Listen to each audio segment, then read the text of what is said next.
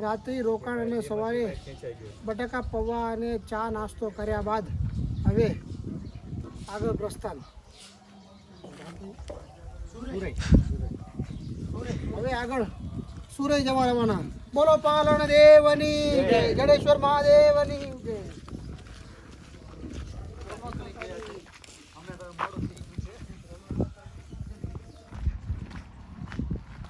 દાદાની કૃપા તો જો આ 5 બાય 1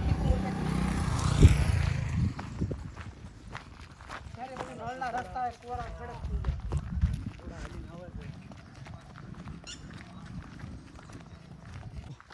આને નળનો રસ્તો કહેવાય. એમાં રોડ પાક્કો રોડ નો આવે, ખાડા ખપચા, અને આ શોર્ટકટ કહેવાય એને. ગારો આવે, પાણા આવે, કેડિયું આવે, અને ક્યાંક ક્યાંક તો સારો રસ્તો આવી જાય, જેવી ઈશ્વરની ઈચ્છા. પણ થાય બધું સારું. અમે શાર સૌથી છેલ્લા વજા છે. હવે ક્યારે પગવી કંઈ નક્કી નથી, પણ 1.5-2 કલાક થાય એ પાકું. જય મહાદેવ, જય જડેશ્વર મહાદેવ.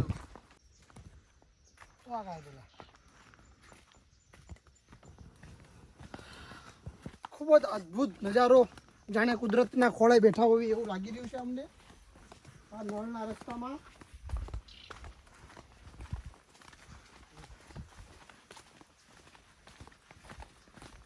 આ ઘડી ડાબી બાજુ, ઘડી જમણી બાજુ, આમથી આમ ક્યાંય કોઈ પ્રકારની સરખો રસ્તો નથી આવતો. અને પગે દુખવા લાગે છે પથ્થરમાં ઊભા હાલી. જોવી ક્યારે પગવી આપણે હવે.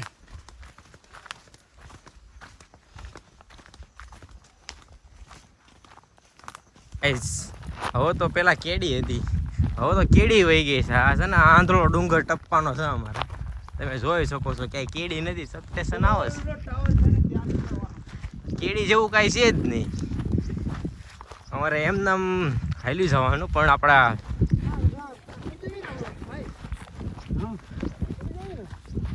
એ જોઈ શકો છો તમે, એમની રસ્તો માટે આગળ ગયા છે. રસ્તો ક્યાં છે એ એમને જોઈ છે, પછી એમની વાંહે આપણે હાલશું. હા, કેડી આવી છે. આમાં કેમ હાલવું? કેડી જવું તો છે, પણ હવે આ ને જો સંભાળીને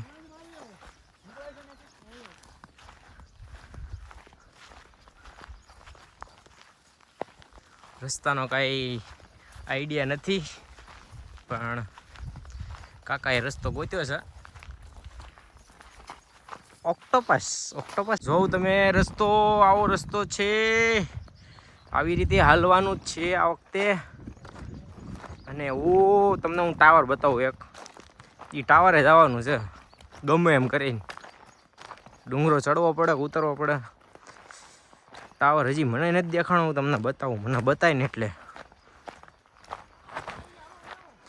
હાલો, કાકાએ રસ્તો ગોતી જ લીધો ફાઇનલી. ને જો સંભાળીને ફાઇનલી કાકાએ રસ્તો ગોત્યો જ છે. જોઉં આવો રસ્તો છે. કાકા બોલજો. બાવળિયાની કેડે ઝાડવાની વચ્ચે હું અને મારા મિત્રો, આમ તો મારા ભાણિયાઓ થાય, એક મારો ભાઈ છે, ધીમે ધીમે હાલી જાય છે.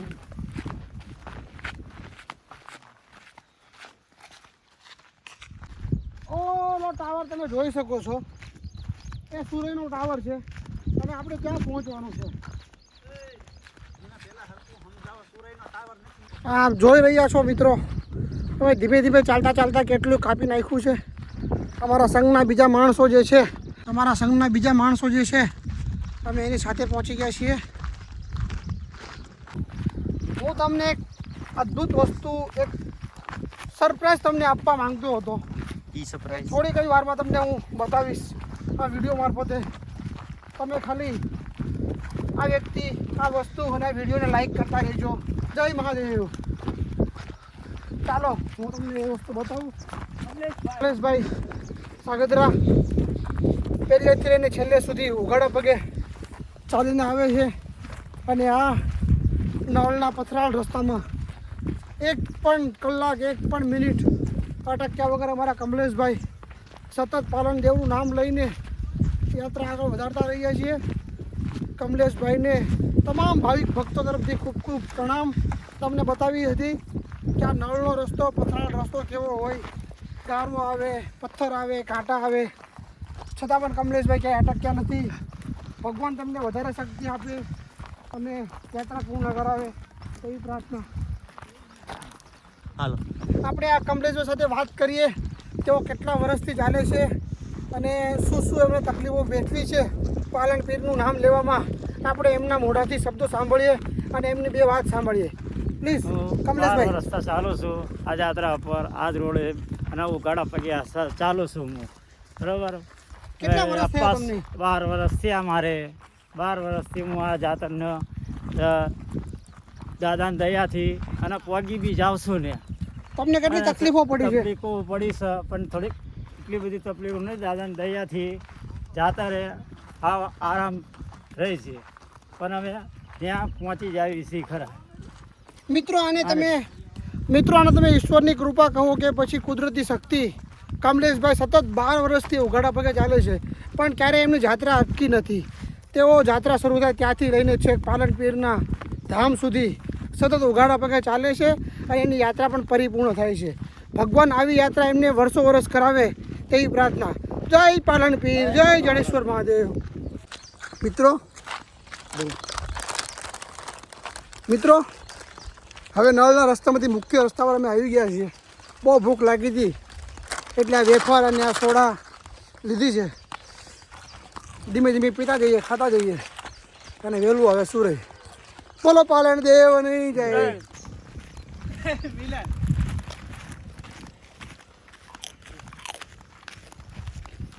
અને કહેવાય વાટકા, નાના છોકરા આને કે બબલું, બબલું લાવો બબલું.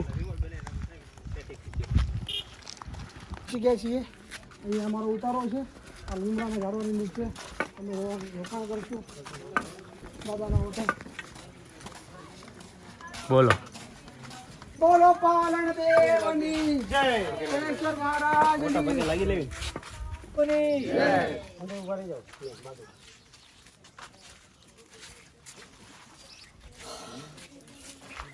હાલો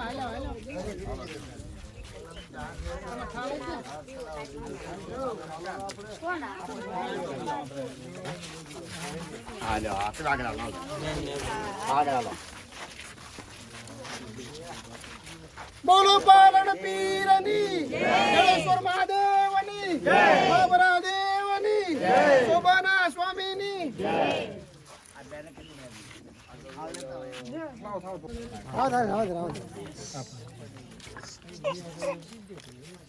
બોલો પાલન પીરની જય.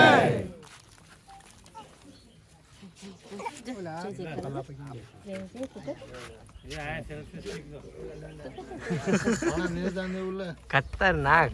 બેટા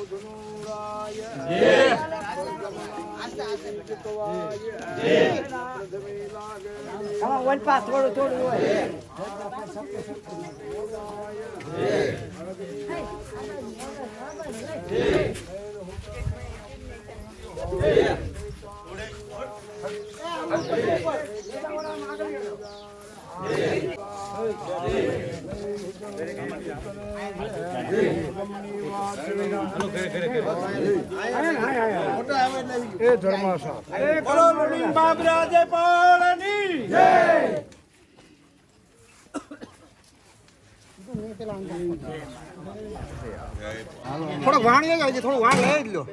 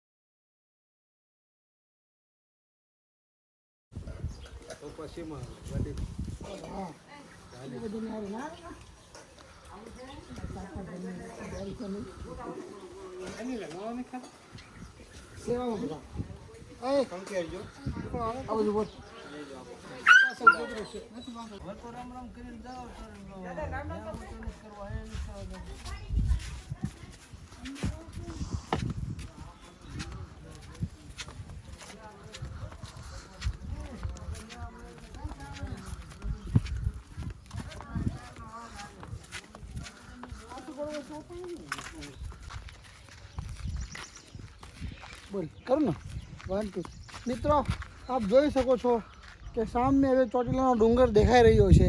અમે ફક્ત ને ફક્ત 15 થી 17 કિલોમીટર દૂર છીએ. આવતીકાલે સવારે તમને જગદંબા મા ચામુંડાના દર્શન પણ કરાવીશું. તમે જોતા રહો પારણ પોતરા યુટ્યુબ ચેનલ, લાઈક કરો અને સબસ્ક્રાઈબ કરો. બોલો ચામુંડા માતાજીની જય. સામે એક છાત્રાલય છે, સ્કૂલે છે ને છાત્રાલય છે. અહીંયા બાળકને સંસ્કાર, પરિવર્તન, અભ્યાસ બધું શીખવાડવામાં આવે છે.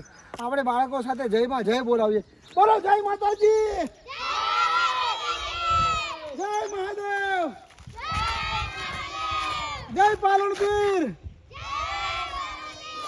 ચાલો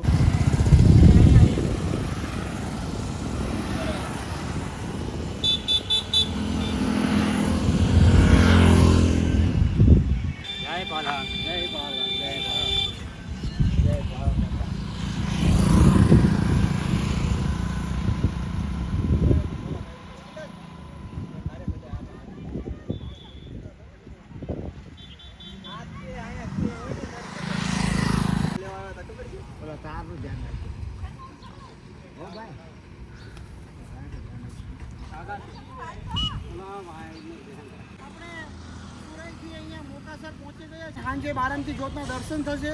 પછી આપણે મોડી રાત્રે ભોજન પ્રસાદ લઈ ડેલી સવારે મા ચામુંડા જય પારણદેવની જય. મામા તમારી પહેલા તો અમે હોઈ ગયા બાપુ. હા ભાઈ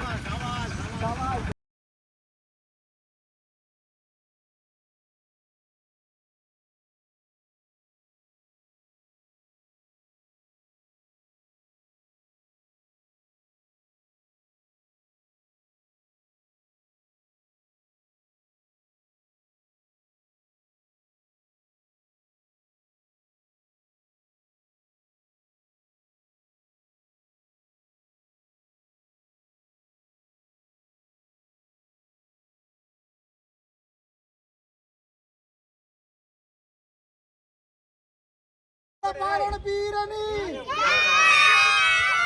જડેશ્વર મહાદેવની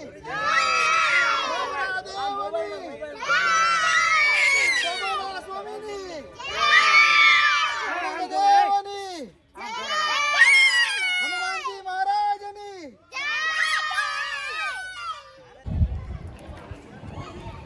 હું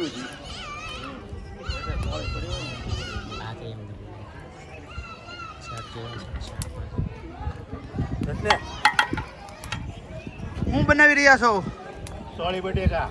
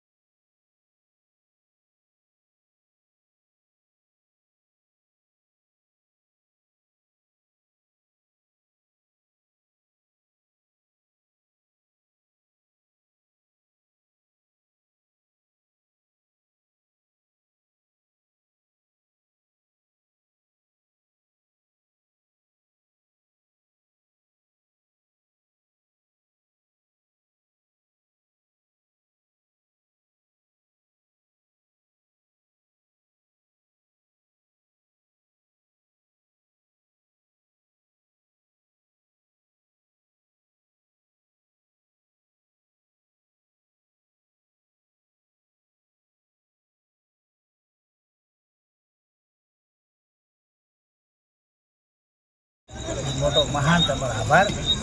એને માટે દાદા આજે કીધું એનો આજે મારે લેખો 5મા ઝુંપડી આપી દેવું છે પાછું. એને માટે ગણપતિ એવું બની ગયા, ગણપત ગરમોરો ગાદીએ શ્યામી મુજો સ્વર્ગનો દાતા. એને તો બહુ મહાન આપણો હુકમ આપ્યો છે.